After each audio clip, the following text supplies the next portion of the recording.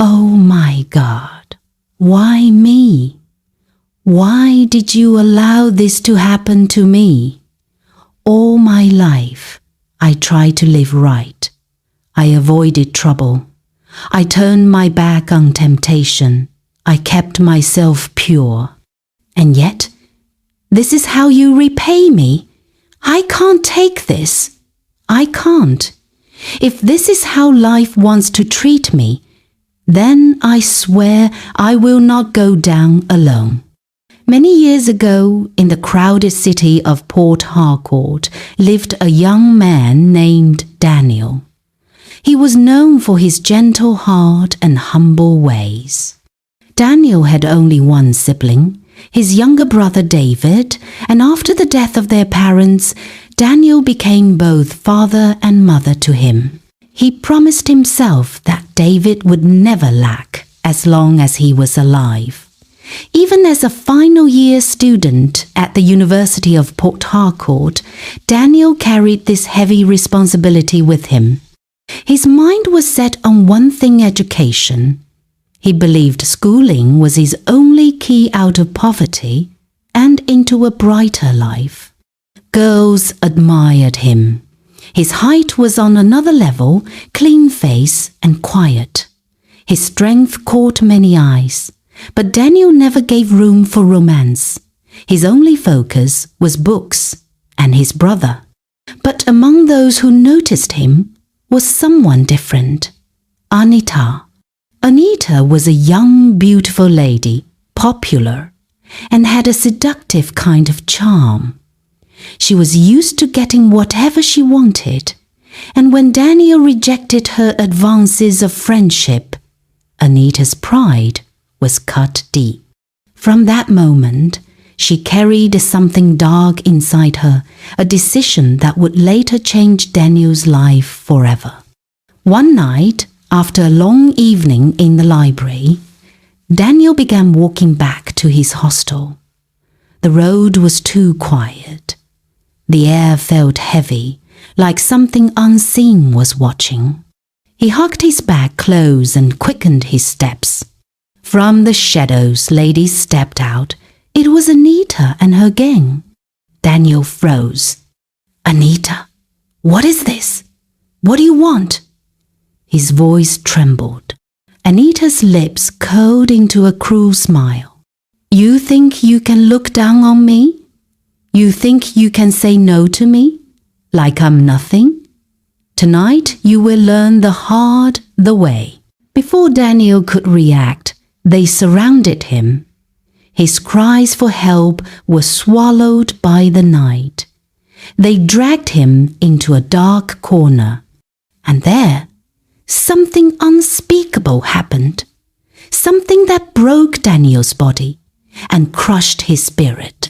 When they were done, they left him with injuries on his genitals, his shirt torn, his bag scattered, his soul shattered. He lay on the cold ground staring at nothing, his tears already dried. From that night, Daniel was never the same. In the weeks that followed, he withdrew from everyone. The once hopeful young man became distant and cold. He said nothing to David, who thought his older brother was only tired from school stress. But inside, Daniel was fighting invisible demons. His nights were sleepless. His days were heavy. His body began to fail him. He fell sick often. Strange fevers. Constant tiredness. One day, when his strength could carry him no more, Daniel dragged himself to a small hospital near campus. He thought it was malaria, maybe typhoid, something small. He prayed the doctor would give him drugs and send him home. But after several tests, the doctor returned with eyes full of pity. He placed a paper in Daniel's hand and said softly, "Daniel, you tested positive. You have HIV." The words struck like lightning. The room spun. Daniel's breath froze in his throat. He sat still, his lips trembling, but no sound came out. That night, Daniel went home in silence. He said nothing to David. He locked himself in his room, his heart heavy with questions that had no answers. He stared at the ceiling and whispered into the darkness, "Why me, God? Why me? I gave you my best. I walked away from sin. I kept myself, and this is what I get?" His heart turned to stone. "I will not go down like this. If life has betrayed me, if God has turned his back, then I swear others will taste this same pain. I will not suffer alone." From that night, Daniel changed.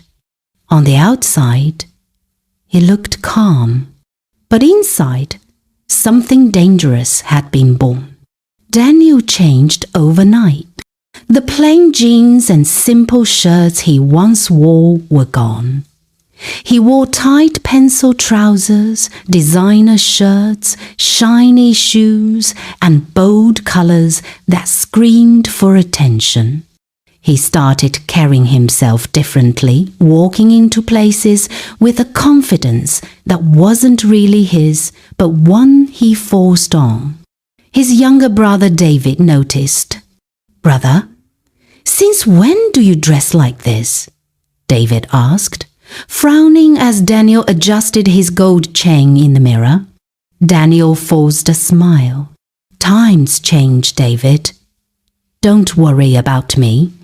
But deep down, Daniel knew exactly what he was doing. His mission was clear: to use charm, looks, and lies as weapons, to lure and destroy, to destroy. Night became his second home. Clubs, bars, lounges, popular hangouts. Everywhere men and women gathered to play and forget their troubles, Daniel showed up. People were drawn to him like ants to sugar. His smile, his jokes, the calmness, and the way he carried himself. It was all part of the plan. One after another, he trapped them. Married women, lonely wives, young girls from campus, even strangers who just wanted a one-night thing. Each one became a target. Each one was part of his silent war. Every time he succeeded, a twisted satisfaction filled his chest. In his mind, he wasn't destroying lives, he was balancing the pain life had dealt him. And yet, through all this darkness, Daniel still carried one soft spot for David, his only eyes. He knew his time might be short. He knew his path was a dead end. So, he opened a bank account in his younger brother's name. Every gift he collected, every money that came his way, he pushed into that account. David will never suffer. He whispered to himself some nights, staring at the ceiling. No matter what happens to me, he will be fine. But as weeks turned to months, rumors began to fly. The Daniel people once admired, the quiet, gentle boy with big dreams, was gone. In his place was someone else, someone darker. David couldn't hide his worry anymore.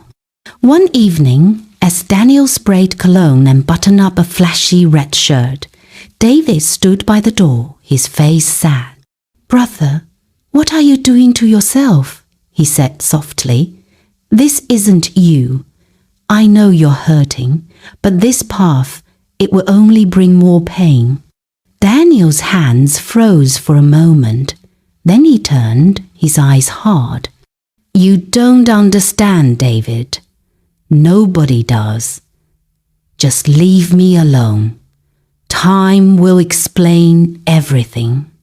He brushed past his brother and left, the echo of his footsteps filling the room with silence. Some weeks later, a quiet Sunday afternoon, Daniel lay on his bed, staring blankly at the ceiling. The choices he had made haunted him. Faces blurred together, names forgotten. His heart felt heavy, but he told himself it was too late to stop. A knock on the door pulled him back. He wiped his eyes, stood up slowly, and opened it. Standing there was David, his younger brother, smiling with excitement. Beside him was a young, gorgeous lady. "Brother," David said cheerfully, "I want you to meet someone. This is Anita. She's my girlfriend. We've been together for a while, and I thought it was time you met her." Daniel's chest tightened. His breath caught in his throat. His eyes locked on Anita. Her own smile froze when she saw him. The air turned heavy. Daniel whispered, trembling, "Anita."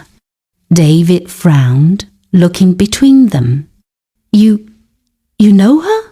Daniel staggered back a step, his body shaking. "David, no, you can't.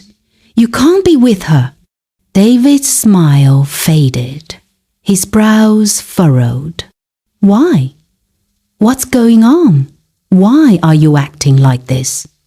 Daniel's voice cracked as he pointed at Anita, his face pale. "Because I've been with her." David's eyes widened. His head turned slowly toward Anita, searching her face for denial. "Is this true?" His voice was barely a whisper. Anita swallowed hard, guilt flashing across her face.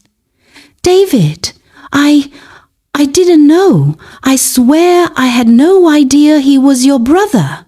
Daniel clutched his chest, his whole body trembling.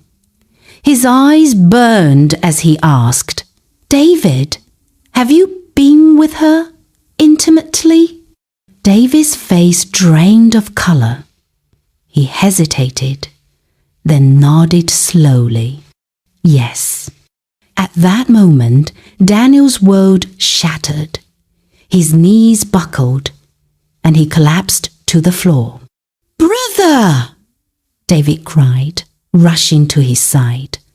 In minutes, neighbors helped rush Daniel to the hospital. The waiting was endless. David sat on a bench, holding his brother's weak hand tightly.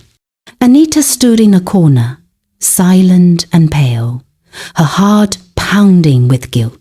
Hours later, the doctor came out, his face grim.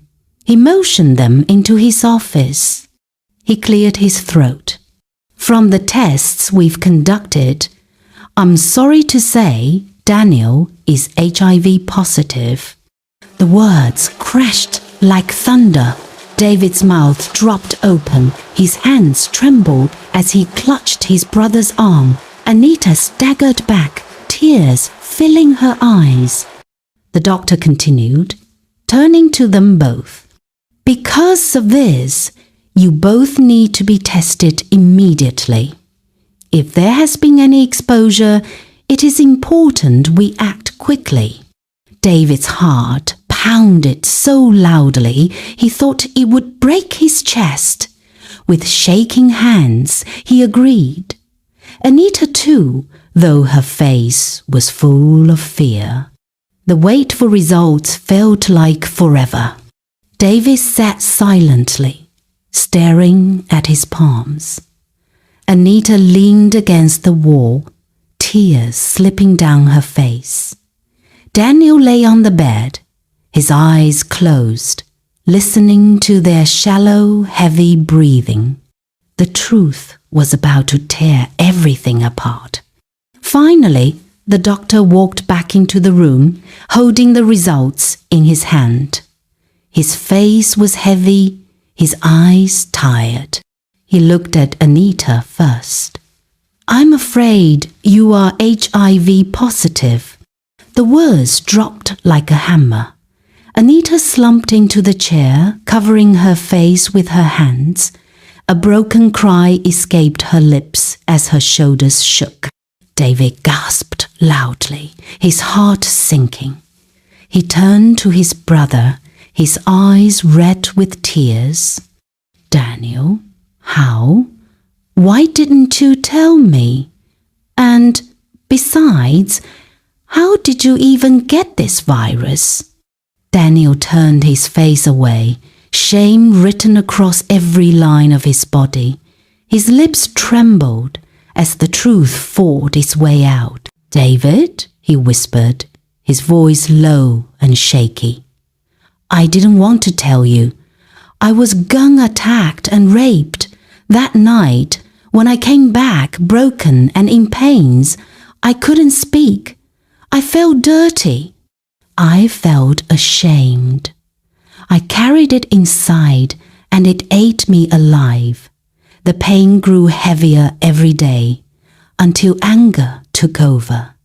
I hated life. I hated myself, and I didn't know how else to let it out. Tears streamed down his face. His hands shook violently. I never wanted this, David. I was lost. I was angry. I was blinded by pain. David stepped back, shaking his head. His own tears fell freely. You were hurting, yes, but infecting others? Destroying lives? Is that how you chose to heal? Do you even know how many homes you've broken? How many families you've torn apart? His voice cracked, echoing down the hospital corridor. He could not look at his brother anymore. With a broken cry, David stormed out of the room, leaving Daniel slumped on the bed, sobbing into his palms. The next morning, the doctor invited all three, Daniel, David, and Anita, into his office. His voice was calm but carried weight. I know this is very difficult, he began, looking at each face. But I need you to understand something. HIV is not the end of life. With proper treatment, you can still live long, healthy, and fulfilled lives. David sat stiffly, arms folded, eyes full of hurt. Anita stared at the floor, silent. Daniel wiped his eyes, weak but listening. The doctor continued. Daniel and Anita will begin antiretroviral therapy. With discipline, the virus will be controlled. You will be able to live normally. David will start you immediately on pre-exposure prophylaxis. If you take it as prescribed, you will remain negative. He pushed 3 packs of medication across the desk. Do not miss your doses. Come back for checkups. Do this, and your lives will still have meaning. For the first time in weeks, Daniel lifted his head. The doctor's words gave him a flicker of hope. But when his eyes met David's, that flicker vanished. His brother's face was cold, hardened by disappointment. That night, back home, David finally spoke to him. His voice was firm, cutting like a blade. Brother, if you truly want forgiveness, then you must confess. Every person you have been with deserves to know the truth. You must come clean, not for you, but for the lives you've already touched. Daniel's lips shook. His voice cracked. David, do you know what you are asking me to do? To shame myself in front of the whole world? David's eyes glistened with tears, but his jaw was set. You already shamed yourself when you chose this path. Now you must repair what you can. If you truly love me, If you want peace, then you will tell the world. Daniel sat in silence, his heart heavy as lead. He knew his brother was right. He could no longer hide behind shadows. The time had come to face his actions. Days later, Daniel found himself under bright studio lights, cameras rolling, the silence of the audience pressing down on him. His hands shook as he held the microphone. He took a deep breath, closed his eyes for a moment, then began to speak. "My name is Daniel Okezi," he said softly, his voice trembling. "Some time ago, I was assaulted. That night changed my life forever. I contracted HIV, and instead of seeking help, I allowed anger and bitterness to consume me.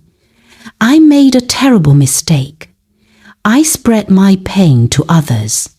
I thought I was punishing the world, but all I did was destroy lives." Tears streamed down his face. His voice cracked. "To anyone who has ever been with me, I beg you, please get tested. Please seek medical help. I am sorry, deeply sorry. Nothing I say can undo the damage. But if my confession can save even one person, then I cannot remain silent." His words echoed across homes, offices, churches, and streets. The aftermath was unlike anything the city had ever seen. Hospitals overflowed with men and women rushing to get tested. Secrets spilled. Marriages cracked open. Families broke apart. On the streets, people whispered his name with anger. Some cursed him. Some pitied him. Others simply cried for the lives changed forever. David watched from the side, his chest heavy with grief. He saw the destruction his brother's choices had unleashed. But he also knew this confession was the first step toward healing for the city, for the victims, and maybe even for Daniel. That night, Daniel sat quietly in his room. The weight of the world pressed down on him, yet a strange calmness rested in his chest. He whispered into the darkness, tears rolling freely down his cheeks. "God, I don't know if anyone will ever forgive me, but if at least one life is saved through my story, then let that be my redemption. Vengeance is of the Lord." Romans 12 verses 19. Silence and shame can destroy more than the truth ever will. Pain is not healed by spreading it. It only multiplies. Forgiveness begins when we face our mistakes, not when we hide them. HIV is not the end of life. With treatment and truth, there is still hope. I hope we learned one or two from this story. Please subscribe, give this story a like if it really touched you, and turn on your post notification button for another engaging story. Thank you for watching, besties.